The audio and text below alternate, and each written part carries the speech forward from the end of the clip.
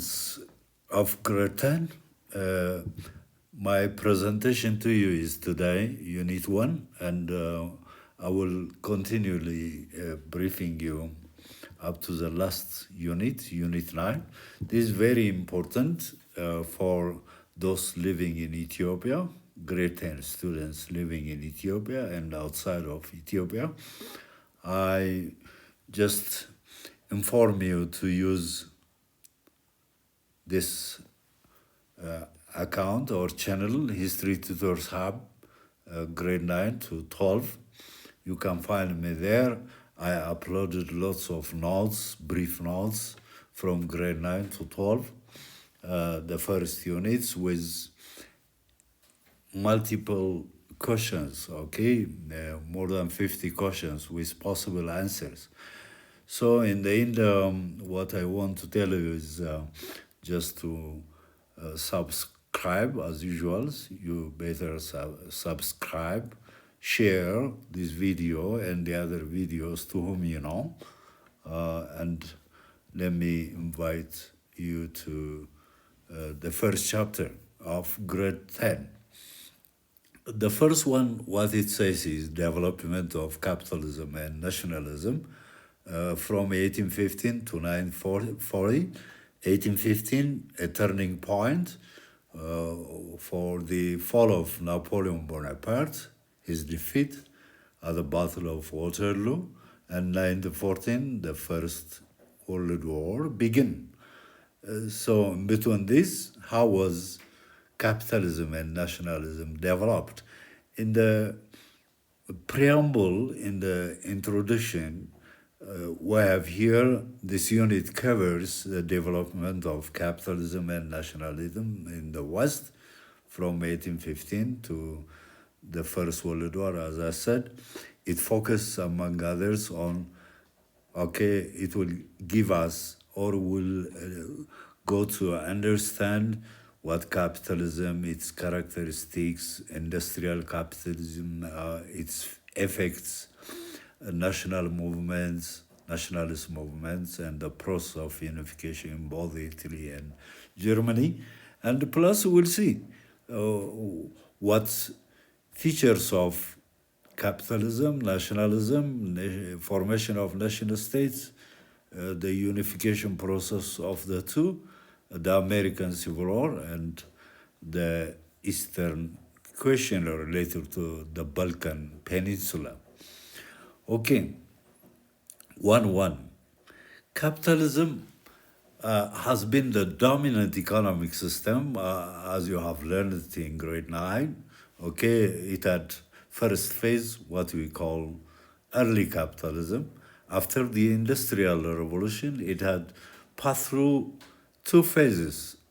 We are here focusing on both, or especially on the second phase of the Industrial Revolution.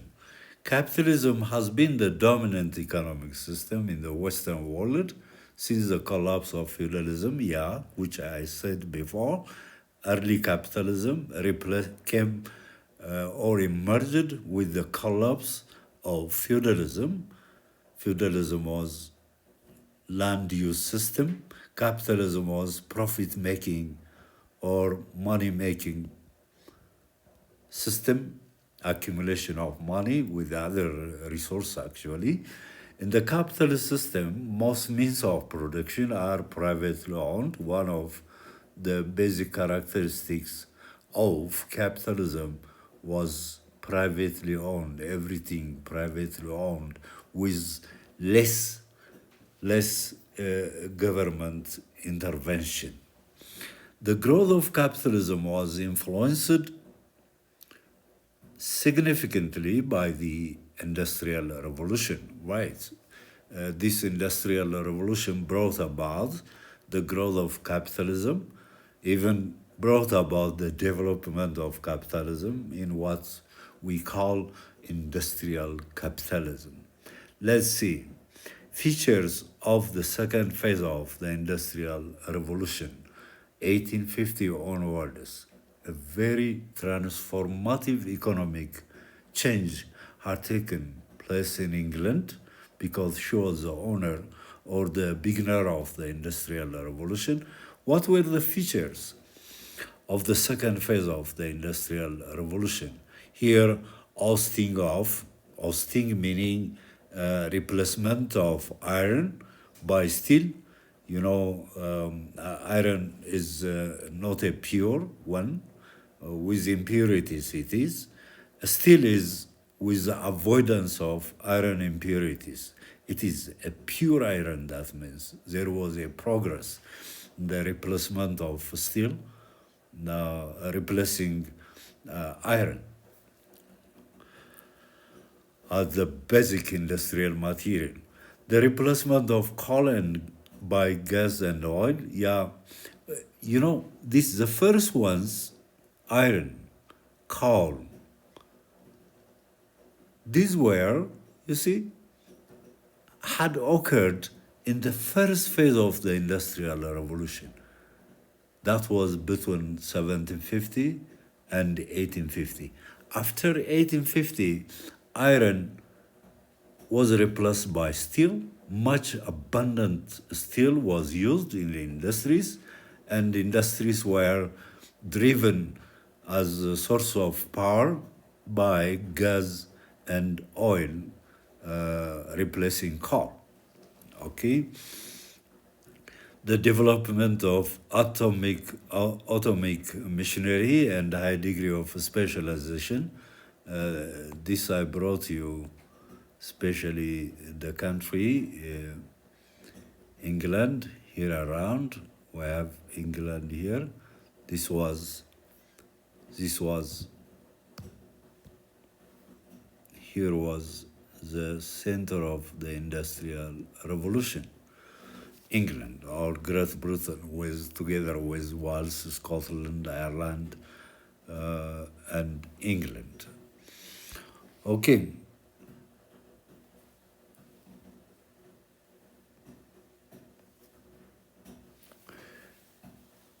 So here again, there is one thing I want to tell you. The development of atomic machinery, it says. Atomic machinery producing automobiles, cars, airplanes. Okay, here, one thing, in this first phase, just like the way iron and coal were the dominant source of power, okay, here as well, there were light industries, not heavy, light industries, being dominant in the first phase of the Industrial Revolution. Now, these days, in the second phase, heavy industries replacing, or they became dominant together with actually light industries. Heavy industries took place here, occurred in England. The radical changes in transformation and communication, this also happened, after 1850. Industrialization also spread to Europe and the USA during the second phase of the Industrial Revolution. What about the new energy source and the factory system? Okay, this was after the Industrial Revolution began. During the first phase, coal and steam, replacing wind and iron. Earlier, wind and water were the dominant ones, but after a time, after the Industrial Revolution, coal and steam became dominant. Factory system replaced the domestic system. Okay, domestic system meaning that the cottage industry, local cottage industries, were replaced by factories. Manufactories here replaced by factories. Manufactories driven by human labor. Here, factories were driven by the power coming from engines. centralizing production in large industrial plants, okay, there was a centrality of production, everything was organized. That means industrialization created new social class, the bourgeois class, town dwellers. That means earlier they were rich merchants, now they took the name bourgeoisie or capitalists, what we call today investors, and proletariat, industrial workers. These were owners of the industries, these were wage laborers. Okay, they were engaged in industries for gaining wealth, earnings, for as a means of survival. In the early modern period, Europeans established a transatlantic economy based on slavery. That's clear, especially Portugal and Spain. Dutch, France, the Dutch, the French, the British had amassed a lot of money out of the transatlantic economy based on slavery. It's clear. Sugar, cotton, tobacco, plantation brought immense wealth to Europe, in particular to Portugal and Spain. During the period like 15th, 16th centuries, the dominant parts were Portugal and Spain. Okay, Portugal and Spain.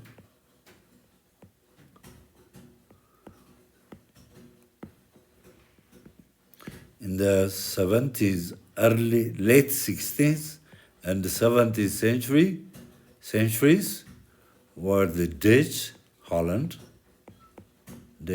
or Holland.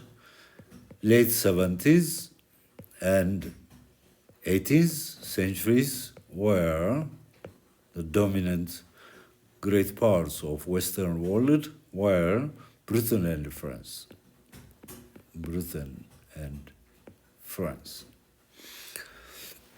Okay, these powers, Portugal, Spain, amassed a lot of wealth, immense wealth, to Europe in the 15th, 16th. Then the Dutch, as you know, Dutch East India Company, the dominant company, even in Africa, in Asia, like East Indies, what's called today Indonesia. This was known as capital, was a major source of funding for industrialization. The industry would get one ግብአት ነው የሆነው ዋነኛ ግብአት የትርፍም ማግበስበስ ምንጭ ነው የሆነው ዲስ ካፒታል ዲስ ዋልስ እነኛ ሀገሮች ያገኙት ከአሜሪካ በተለይ ያገኙት ሀብት ሜጀር ሶርስ ለኢንዱስትሪያላይዜሽን ፈንድ አድርጓል ግብአት ሆኗል British port cities like Liverpool grew rich ከባሪያ ንግድ this slave trade brought immense wealth to the people, to merchants of Liverpool, and Liverpool as a city grew rich. Manchester became a key industrial city, clear, out of being benefited from the Industrial Revolution. Modern industrial capitalism emerged from the profits of transatlantic trade, clearly seen. Okay, this is what we call from Africa going to Americas, and from America to Europe. Okay,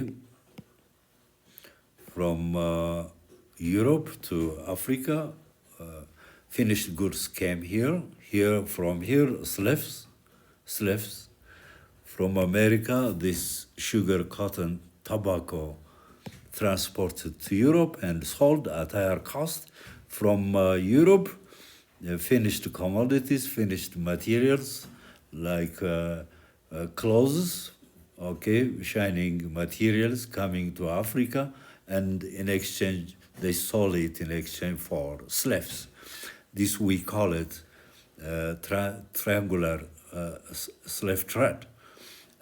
Therefore, Transatlantic meaning that crossing the Atlantic Ocean, this one, referring, connecting the three continents or four continents. So it was as a result of this profit, modern industrial capitalism emerged. The bourgeoisie owned production, workers or sell. I told you this. They sold their labor for wages. Production was based on demand and supply in a free market economy, which was laissez-faire, as explained by Adam Smith. Demand and supply could be the key tools in the production process. What to produce, what kind of materials to produce, at what cost to be sold. All these, what determined were demand and supply. Capitalism involved minimal government interference, yeah, unlike socialism. In socialism, as forwarded by Karl Marx, there was a government intervention, full government intervention and domination. In capitalism, less or none or minimal government interference. That's clear. For the countries like Germany and Italy, industrialization led to militarization and nationalism. In both, nationalism played a big role in bringing about those tiny, smaller states to become whole, to become unified in both Germany and Italy. At the same time, this industrialization brought a developed militarism, both in Germany and Italy. And this militarization led to the outbreak of the First World War. You know, the starter of the First World War was Germany.